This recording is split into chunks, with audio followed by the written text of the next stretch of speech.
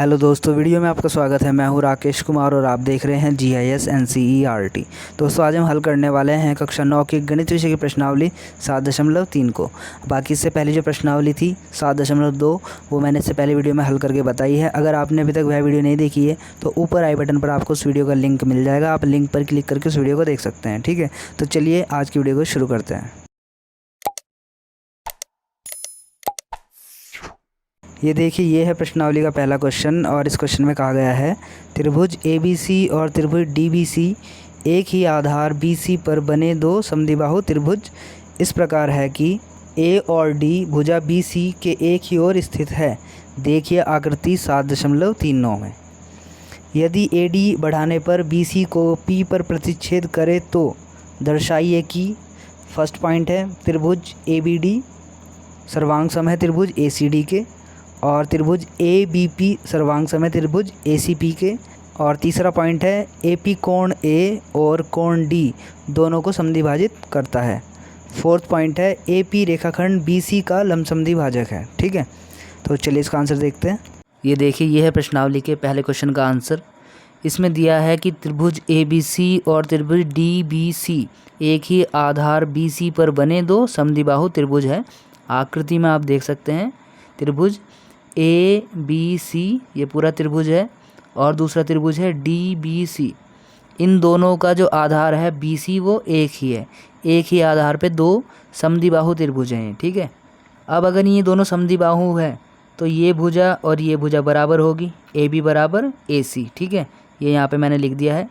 और साथ ही फिर ये कोण ABC और ये कोण ACB ये भी बराबर होंगे। ठीक, इसी प्रकार से ये वाला जो त्रिभुज है DBC ये भी समद्विबाहु त्रिभुज है, तो इसकी भी ये भुजाएं बराबर होंगी। ठीक, तो मैंने यहाँ पे लिख दिया है DB बराबर DC, ये दोनों बराबर है। अब चूंकि ये दोनों भुजाएं बराबर है और ये समद्विबाहु त्रिभुज है तो ये कोण भी आपस में क्या हो जाएंगे, बराबर हो जाएंगे। यानी कि कोण DBC बराबर कोण DCB। ठीक है, तो समद्विबाहु त्रिभुज होने की वजह से ये जो इसकी भुजाएं हैं, हमने दो भुजाएं इनको बराबर माना है, इसकी दो भुजा को बराबर मान लिया है, इसलिए ये कोण भी बराबर हो गए। इसी प्रकार से इस त्रिभुज में भी हमने यही काम किया है, ये दोनों भुजा को हमने बराबर माना है, इसलिए ये कोण दो बराबर हो गए। ठीक है, अब हमें इसमें जो सिद्ध करना है, यहाँ पर फर्स्ट पॉइंट है त्रिभुज ABD सर्वांग सम है त्रिभुज ACD के। यानी कि ABD ये वाला जो त्रिभुज दिखाई दे रहा है ये सर्वांग सम है त्रिभुज ACD के, इस त्रिभुज के। ठीक है, ये दोनों त्रिभुज आपस में सर्वांग सम है, ये हमें सिद्ध करके दिखाना है फर्स्ट पॉइंट में। ठीक, फिर सेकंड पॉइंट में हमें प्रूफ करके दिखाना है कि जो त्रिभुज ABP ये वाला त्रिभुज है और त्रिभुज ACP ये त्रिभुज है, ये दोनों आपस में सर्वांग सम है। ठीक, थर्ड पॉइंट में हमें प्रूफ करके दिखाना है कि जो AP है, ये जो AP ये रेखाखंड है, ये कोण A को और कोण D को दोनों को समद्विभाजित करती है, मतलब बराबर बराबर बांटती है। ठीक, फोर्थ पॉइंट में हमें दिखाना है कि जो ये AP है वो रेखाखंड BC का लंबसमद्विभाजक है। मतलब ये जो AP है BC पर जो ये गिर रहा है वो यहाँ पे 90 का एंगल बना रहा है, 90 के कोण पर गिर रही है ये लाइन। ठीक है, तो ये हमें प्रूफ करना है। ठीक, तो उत्पत्ति में फर्स्ट पॉइंट देखते हैं इसका। ये देखिए, चूँकि हमें कहा गया है कि त्रिभुज ABD और ACD हमें सर्वांग सम प्रूफ करना है, इसलिए इन दोनों त्रिभुज में ही हमें काम करना है। तो लिखेंगे यहाँ पे त्रिभुज ABD और त्रिभुज ACD में, इन दोनों त्रिभुजों में लेके चल रहे हैं हम। अब यहाँ पर AB बराबर AC ये आप देख सकते हैं क्वेश्चन में दिया है। ठीक, ऐसे ही यहाँ पर भी आप देख सकते हैं इस त्रिभुज में AB भुजा और इस त्रिभुज में AC भुजा दोनों बराबर है। ठीक, फिर DB बराबर DC, ये जो DB भुजा है इस त्रिभुज की और इस त्रिभुज की DC भुजा ये भी बराबर है, ये भी क्वेश्चन में दिया गया है। तो हम यहाँ पर लिख सकते हैं ब्रैकेट के अंदर कि ये दोनों चीज़ें हमें दी गई है, यानी कि ये दिया है। ठीक, फिर एक चीज़ है इसमें AD भुजा, AD भुजा इस त्रिभुज में भी है और यह भुजा इस त्रिभुज में भी है, तो AD बराबर AD ये है उभयनिष्ठ भुजा है ये। ठीक है, तो ये हो गई उभयनिष्ठ, यहाँ हमने उभयनिष्ठ लिख दिया है। अब लिखेंगे हम, इसलिए त्रिभुज ABD सर्वांग सम है त्रिभुज ACD के। कौन सी कसौटी से? SSS कसौटी से। क्योंकि आप देख सकते हैं यहाँ पर तीनों हमें भुजाएं ही मिली है इन दोनों त्रिभुज में, जो कि बराबर है। इसलिए साइड साइड साइड भुजा भुजा भुजा कसौटी से ये दोनों त्रिभुज आपस में क्या हो गए? सर्वांग सम हो गए। ठीक है, तो ऐसे इसका फर्स्ट पॉइंट करना है। अब इसका सेकंड पॉइंट देखते हैं। इसमें त्रिभुज ABP और ACP को सर्वांग सम प्रूफ करना है, तो इन दोनों त्रिभुज में ही काम करेंगे, इन्हें लेके चलेंगे। त्रिभुज ABP और त्रिभुज ACP में, इन दोनों त्रिभुज में लेके चलेंगे हम। AB बराबर AC, ये तो दिया है। ठीक, पहले मैं आपको त्रिभुज दिखा देता हूँ यहाँ पे। ये देख सकते हैं आप, ABP और ACP। तो इन दोनों त्रिभुज में AB और AC ये दिया है। एक तो ये बराबर हमने दिखा दिया है। ठीक है, इसके साथ ही इन दोनों त्रिभुज में आप देखेंगे जो ये कोण है ये भी बराबर है। इस त्रिभुज का कोण ये और इस त्रिभुज का कोण ये भी बराबर है। ये हमने यहाँ पे दिखाया था। ठीक है, तो ये भी लिख लेंगे। फिर आप देखेंगे APA उभयनिष्ठ भुजा है, इस त्रिभुज में भी है और इस त्रिभुज में भी। ठीक है, तो इन तीनों को लेके चलेंगे। तो मैं यहाँ पे लिख रहा हूँ कोण ABP बराबर कोण ACP। ये दोनों दिया है, क्योंकि हमने शुरू में लिख लिया था। ये क्या है? दिया है। अब AP बराबर AP, ये क्या हो गए? ये हो गए उभयनिष्ठ, कॉमन हो गए। ठीक है, तो आप यहाँ पे देख सकते हैं दो भुजाएं मिल गई, एक कोण मिल गया। इसलिए त्रिभुज ABP सर्वांग सम हो गया त्रिभुज ACP के SAS कसौटी से, यानी कि एक कोण है और दो भुजाएं हैं। तो SAS कसौटी से ये दोनों त्रिभुज सर्वांग सम हो गए हैं। अब देखते हैं इसका थर्ड पॉइंट। अब देखिए इसका थर्ड पॉइंट है। थर्ड पॉइंट में कहा गया है कि जो AP रेखाखंड है वो कोण A और कोण D को समद्विभाजित करती है, यानी कि कोण BAP बराबर कोण CAP। एक तो ये चीज़ प्रूफ करना है। साथ ही कोण BDP बराबर है कोण CDP के। ये चीज़ हमें प्रूफ करनी है। ठीक है, तो ये देखिए ये थर्ड पॉइंट। इसमें हम लिखेंगे चूँकि त्रिभुज ABP सर्वांग सम है त्रिभुज ACP के। ठीक है, ये देख सकते हैं आप, चूँकि ABP ये त्रिभुज और ACP ये त्रिभुज दोनों सर्वांग सम है, तो इनके जो ये कोण है संगत कोण भी आपस में क्या हो जाएंगे? बराबर हो जाएंगे। यानी कि कोण BAP बराबर कोण CAP, ये CPCT से बराबर हो जाएंगे। ठीक है, तो यही मैं यहाँ पे लिख रहा हूँ। इसलिए कोण BAP बराबर हो गया कोण CAP के CPCT से। ठीक है, ये बन गई समीकरण नंबर 1। अब हमें इन दोनों कोणों को प्रूफ करना है बराबर बराबर, तो हम त्रिभुज BPD और त्रिभुज CPD में लेके चलेंगे। इन दोनों त्रिभुज पे हम काम करेंगे। ठीक है, और इन दो कोणों को बराबर प्रूफ करेंगे। तो यहाँ पे लिखेंगे त्रिभुज BPD और त्रिभुज CPD में। ठीक है, इन दोनों त्रिभुज में आप देख सकते हैं DB बराबर DC ये दिया गया है कि ये दोनों बराबर हैं। ठीक, और साथ ही DBC और DCB ये दोनों कोण, DBC ये पूरा कोण इतना और ये DCB ये वाला कोण, ये दोनों कोण बराबर दिए गए हैं। ठीक है, तो वही चीज़ हम लिखेंगे यहाँ पर, DB बराबर DC और कोण DBP बराबर कोण DCP ये दिया है दोनों। ठीक है, ये लिख दिया हमने।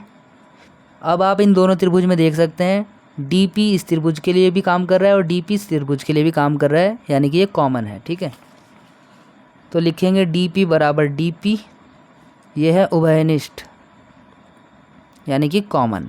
ठीक है, उभयनिष्ठ हो गया ये। अब आप देख सकते हैं दो भुजाएं मिल गई और एक कोण मिल गया। इसलिए त्रिभुज BPD सर्वांग सम है त्रिभुज CPD के SAS कसौटी से।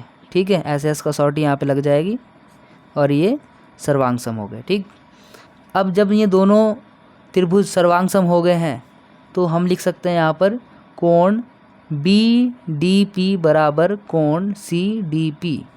ठीक है, कोण BDP बराबर कोण CDP ये हो गया CPCT से, और इसको बोलेंगे हम समीकरण नंबर 2। ये कोण आप यहाँ पर देख सकते हैं BDP, यानी कि ये वाला कोण CDP इस कोण के बराबर है, यानी कि ये दोनों कोण बराबर हो गए। ठीक है, यही हमें प्रूफ करना था कि ये दोनों कोण भी बराबर है और ये दोनों कोण भी बराबर है।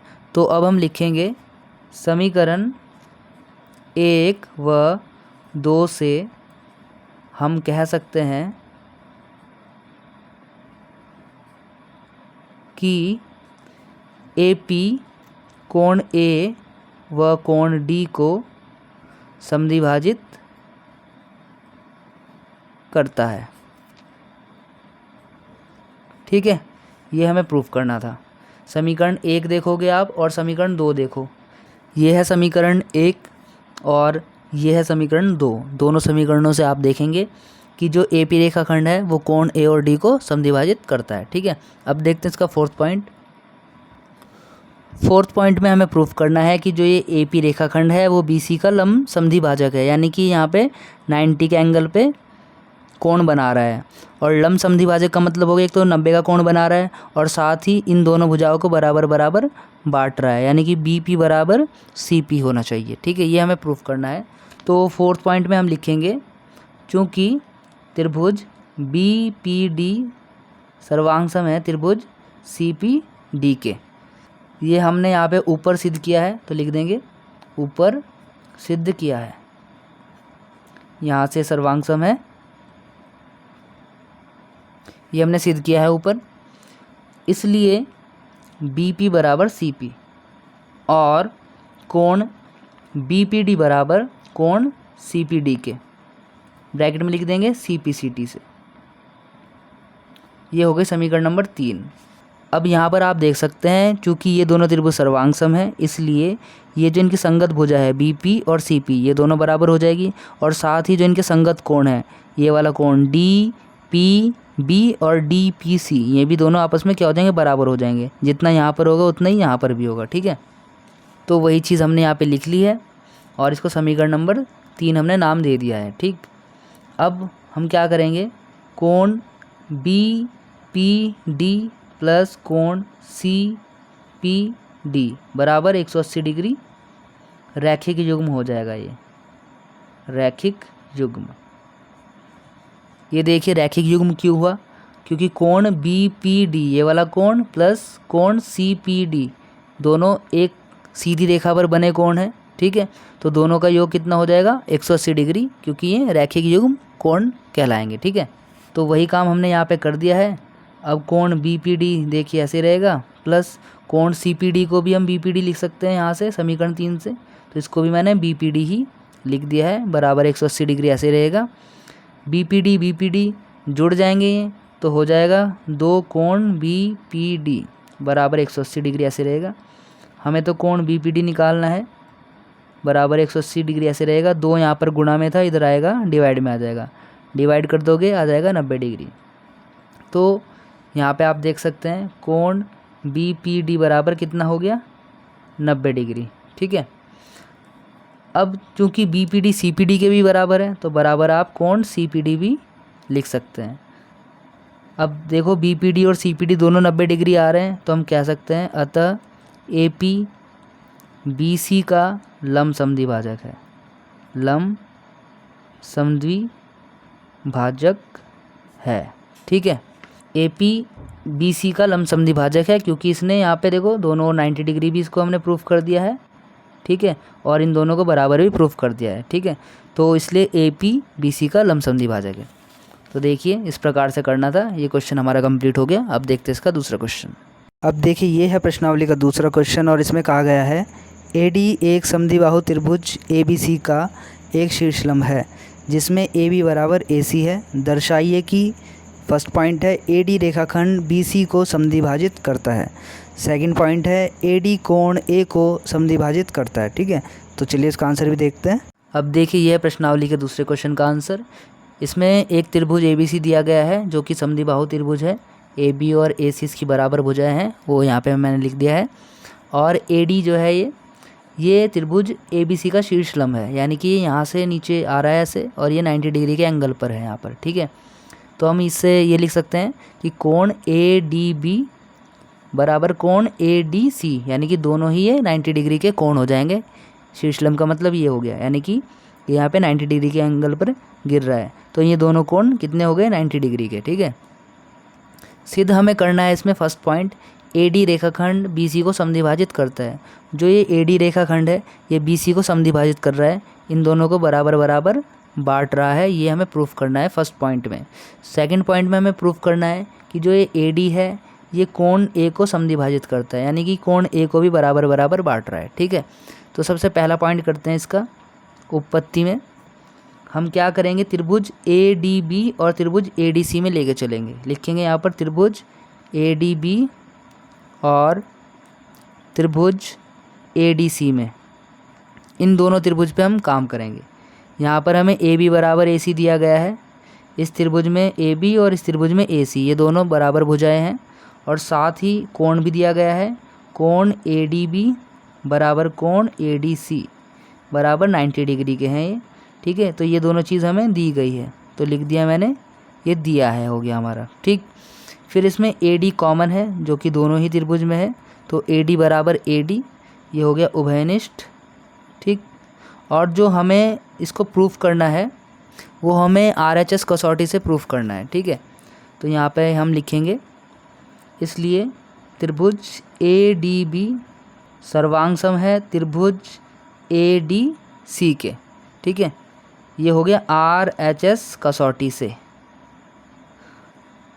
RHS कसौटी का मतलब हो गया, R का मतलब हो गया राइट एंगल, इसमें एक राइट एंगल हमें मिला 90 डिग्री का कोण। H का मतलब हाइपोटेनियस, हाइपोटेनियस मतलब कर्ण, जो यहाँ पर आप देख सकते हैं अगर ये 90 का कोण है तो इसके सामने वाली भुजा कर्ण होती है, तो एक कर्ण भी हमें इसमें मिला। ठीक है, ये रही वो कर्ण भुजा। और S का मतलब एक भुजा हमें मिली जो कि है AD। ठीक है, तो यानी कि एक हमें कर्ण मिला यानी कि हाइपोटेनियस मिला, एक हमें राइट एंगल मिला यानी कि R मिला, एक हमें साइड मिली S, तो इसलिए RHS कसौटी से ये दोनों त्रिभुज सर्वांग सम हो गए। ठीक है, अब जब ये दोनों त्रिभुज सर्वांग सम है इसलिए BD बराबर CD। अब चूंकि ये दोनों त्रिभुज सर्वांग सम है इसलिए मैंने यहाँ पे लिख दिया है BD बराबर CD, क्योंकि ये दोनों त्रिभुज सर्वांग सम है इसलिए इनकी जो संगत भुजाएं हैं वो भी आपस में क्या हो जाएगी, बराबर हो जाएगी। ये लिखा मैंने CPCT से। ठीक है, CPCT से ये बराबर हो गई। तो इससे हम क्या समझते हैं, अतः AD जो AD रेखाखंड है वो BC को समद्विभाजित करता है, समद्विभाजित करता है। समद्विभाजित करने मतलब ये दोनों बराबर हो गए हैं, वो हमने प्रूफ कर दिया। ठीक है, तो फर्स्ट पॉइंट तो ऐसे हो गया। अब देखते हैं इसका सेकंड पॉइंट। अब सेकंड पॉइंट में हमें बताना है कि जो AD है वो कोण A को भी समद्विभाजित करता है, तो हम लिखेंगे यहाँ पर, चूँकि त्रिभुज ADB सर्वांग सम है त्रिभुज ADC के। ठीक है, अभी हमने प्रूफ किया है ये दोनों सर्वांग सम है, तो इसलिए जो इनके संगत कोण है, ये वाला कोण और ये वाला कोण, ये भी आपस में क्या हो जाएंगे, बराबर हो जाएंगे। इसलिए कोण BAD, ये हो गया BAD बराबर हो जाएगा कोण CAD के CPCT से। ठीक है, बराबर हो गए। तो इससे हमें क्या पता चलता है, अतः AD जो है कोण A को समद्विभाजित करता है, समद्विभाजित करता है। ठीक है, इस तरीके से क्वेश्चन कंप्लीट हो गया है। अब देखते हैं इसका तीसरा क्वेश्चन। अब देखिए ये है प्रश्नावली का तीसरा क्वेश्चन, और इसमें कहा गया है एक त्रिभुज ABC की दो भुजाएं AB और BC तथा माध्यिका AM क्रमशः एक दूसरे त्रिभुज की भुजाओं PQ और QR तथा माध्यिका PN के बराबर है। देखिए आकृति 7.40। दर्शाइए कि फर्स्ट पॉइंट है त्रिभुज ABM सर्वांग सम है त्रिभुज PQN के, और सेकंड पॉइंट है त्रिभुज ABC सर्वांग सम है त्रिभुज PQR के। ये आकृति है, ये आप देख सकते हैं। ठीक है, तो चलिए इसका आंसर भी देखते हैं। देखिए ये है प्रश्नावली का क्वेश्चन नंबर 3, और इसमें कहा गया है दो त्रिभुज है ABC और PQR, इनकी माध्यिकाएं हैं AM और PN।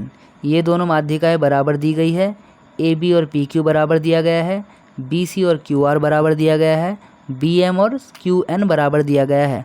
तो हमें सिद्ध करना है फर्स्ट पॉइंट त्रिभुज ABM सर्वांग सम है त्रिभुज PQN के। सेकंड पॉइंट में हमें प्रूफ करना है कि त्रिभुज ABC सर्वांग सम है त्रिभुज PQR के। ठीक है, तो फर्स्ट पॉइंट प्रूफ करते हैं पहले त्रिभुज ABM और PQN को सर्वांग प्रूफ करते हैं। ठीक है, तो इसके लिए हम लिखेंगे त्रिभुज ABM और त्रिभुज PQN में, इन दोनों त्रिभुजों में हमें काम करना है। चूँकि हमें इन दोनों त्रिभुज को सर्वांग प्रूफ करना है, इसलिए इन दोनों त्रिभुज पर ही हम काम करेंगे। ठीक है, अब इन दोनों त्रिभुज में आप देखो AB और PQ बराबर है, तो लिख लेंगे AB बराबर PQ। ठीक है, BM बराबर QN है, तो लिख लेंगे BM बराबर QN। फिर AM बराबर PN है, AM बराबर PN। ये सारी चीज़ें हमें दी गई है। ठीक है, ये हमें सब दिया है, ये तीनों चीज़ हमें दी गई है क्वेश्चन के अंदर। इसलिए त्रिभुज ABM सर्वांगसम हो गया त्रिभुज PQN के कौन सी कसौटी से? SSS कसौटी से। तीनों चीज़ें क्योंकि हमें दी गई है क्वेश्चन में पहले से ही, तो ये हो गया सर्वांगसम। ठीक, अब चूंकि ये दोनों त्रिभुज आपस में सर्वांगसम हैं, इसलिए इनके संगत जो कोण है, कोण B और कोण C, ये संगत कोण है, ये भी आपस में क्या हो जाएंगे? बराबर हो जाएंगे। तो लिख देंगे कोण B बराबर कोण C CPCT से, ये भी बराबर हो गए। ठीक है, इसको हम समीकरण नंबर 1 बोल देंगे। अब देखते हैं इसका सेकंड पॉइंट। सेकंड पॉइंट में लिखेंगे हम त्रिभुज ABC और त्रिभुज PQR में, क्योंकि इन दोनों को हमें सर्वांगसम प्रूफ करना है, तो इन दोनों त्रिभुज पे ही हमें काम करना है। तो यहाँ पर आप देख सकते हैं इस पूरे त्रिभुज में और इस पूरे त्रिभुज में AB बराबर PQ दिया है पहले से ही, ये लिख लेंगे। ठीक है, फिर एक चीज़ अभी हमने प्रूफ की है, कोण B बराबर कोण C, ये समीकरण 1 से लिख देंगे, समीकरण 1 से, और ये हमें दिया है। ठीक, फिर एक चीज़ और है, BC बराबर QR, ये भी हमें दिया है, QR बराबर BC या BC बराबर QR, ये लिख सकते हैं, ये भी हमें दिया है। ठीक है, तो ये तीनों चीज़ हमें दी गई है, इसलिए त्रिभुज ABC सर्वांगसम हो जाएगा त्रिभुज PQR के कौन सी कसौटी लग जाएगी यहाँ पर? SAS कसौटी से, क्योंकि दो भुजाएं हैं एक कोण है, SAS कसौटी यहाँ पे लग गई है और ये दोनों त्रिभुज आपस में सर्वांगसम हो गए। ठीक है, और ये इसका आंसर आ गया। अब देखते हैं इसका अगला क्वेश्चन। अब देखिए ये है प्रश्नावली का चौथा क्वेश्चन और इसमें कहा गया है BE और CF एक त्रिभुज ABC के दो बराबर शीर्षलंब हैं। RHS सर्वांगसमता नियम का प्रयोग करके सिद्ध कीजिए कि त्रिभुज ABC एक समद्विबाहु त्रिभुज है। ठीक है, तो चलिए इसका आंसर भी देखते हैं। ये देखिए ये है प्रश्नावली के चौथे क्वेश्चन का आंसर।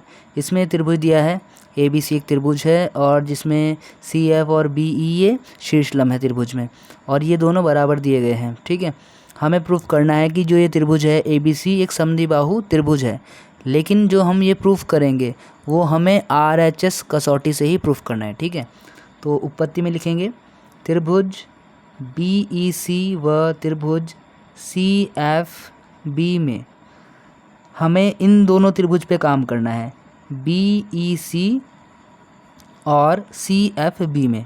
ठीक है, अब यहाँ पर आप देख सकते हैं कोण BEC बराबर कोण CFB बराबर 90 डिग्री है।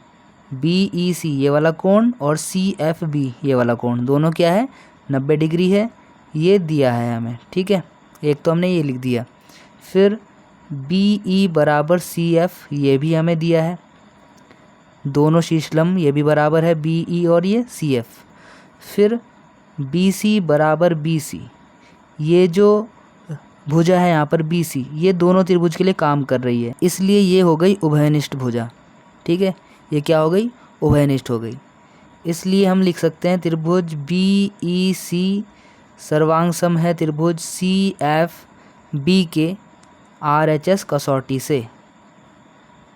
ये हमने यहाँ पे लिख दिया है।